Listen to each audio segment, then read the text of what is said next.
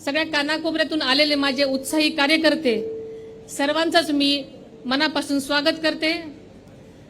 अतिशय व्यस्त कार्यक्रमामधून आपण सर्वांनीच वेळात वेळ काढून मला पाठिंबा द्यायला व माझं मनोबल वाढवायला येथे आल्याबद्दल मी सर्वांचेच मनापासून आभार मानते।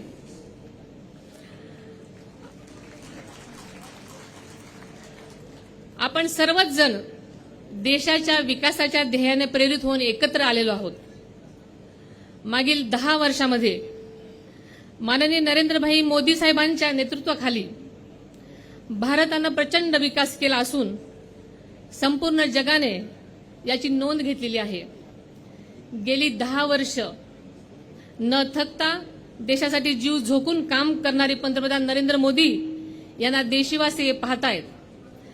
जनतेच्या मनामध्ये त्यांच्याविषयी विश्वास आहे। महिला, युवक, गरीब यांचे जीवनमान उंचावण्यासाठी मोदी साहेब सतत प्रयत्नशील आहेत।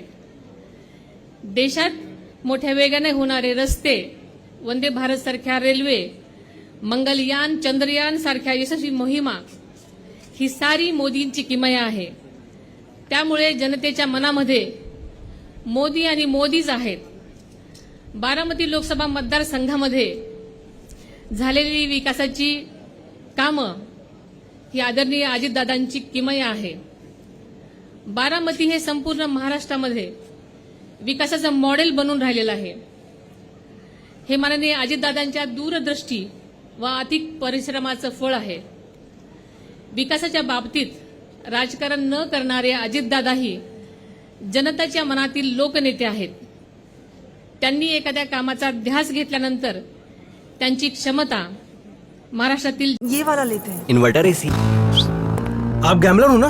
गैम्बलर? जुआ खेलते हो ना? तुम जुआ खेलते हो? अरे नहीं, ये तो कुछ भी बोले जा रहे हैं। इतनी महंगी और नाजुक एसी खरीद कर स्टेबलाइजर नहीं लोगे तो ये जुआ नहीं हुआ तो क्या हुआ? सिर्फ एक फ्लक्चुएशन आपके इन्वर्टर एसी के पार्ट्स को डैमेज कर सकता है। उसे वी गार्ड से सुरक्षित रखिए। V guard, India's number 1 stabiliser. जनता जाणून आहे तर बारामतीतील जनता अनुभवत आहे।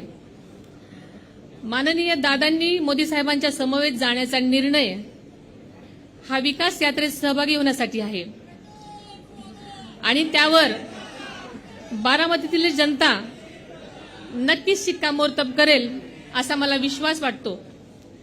गेल्या 10 वर्षामध्ये बारामती मतदारसंघामध्ये झालेली कामं ही आदरणीय दादा आणि राज्य व केंद्र सरकारच्या जनकल्याणकारी योजनांमुळे झालेली आहेत आणि पुढच्या काळामध्ये बारामती मतदारसंघामध्ये नक्कीच विकासाची झेप घेईल असा मला विश्वास वाटतो।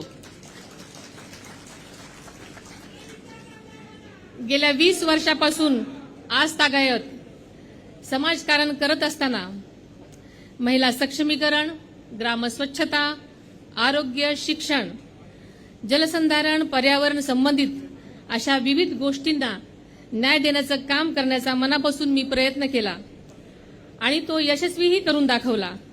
मी आजपर्यंत ज्या ज्या गोष्टी घेतल्या त्या गोष्टी यशस्वी करून दाखवलेल्या आहेत। त्यामुळे महायुतीतील नेत्यांनी आणि राष्ट्रवादी पक्षांनी बारामती मतदारसंघाची उमेदवारी देऊन जो विश्वास दाखवला तो मी माझ्या कामातून नक्कीच सार्थ करून दाखवीन असा विश्वास आपल्या सगळ्यांना देते। बारामती मतदारसंघाला देशाच्या मुख्य प्रवाहात नेण्यासाठी मी माझी ताकद पणाला लावीन असाही विश्वास आपल्याला देते। घड्याळाला मत म्हणजे मोदींना मत आणि मोदींना मत म्हणजे विकासाला मत हे ध्यानात ठेवून जनता नक्कीच मतदान करेल हा विश्वास आणि खात्री आहे। आपलं चिन्ह नेहमीच आहे तेच म्हणजे घड्याळ आणि आपल्याला माहितीये वेळ जरी बदललेली असली तरी चिन्ह तेच आहे। म्हणून आपल्या सगळ्यांना मी विनंती करते की जास्तीत जास्त आपण घड्याळ पुढचं बटन दाबून या 7 मे 2024 रोजी जास्तीत जास्त मतदान करावं आणि मला बहुमतांनी निवडून द्यावं अशी आपल्या सर्वांना विनंती करते। जय हिंद, जय महाराष्ट्र, जय भारत।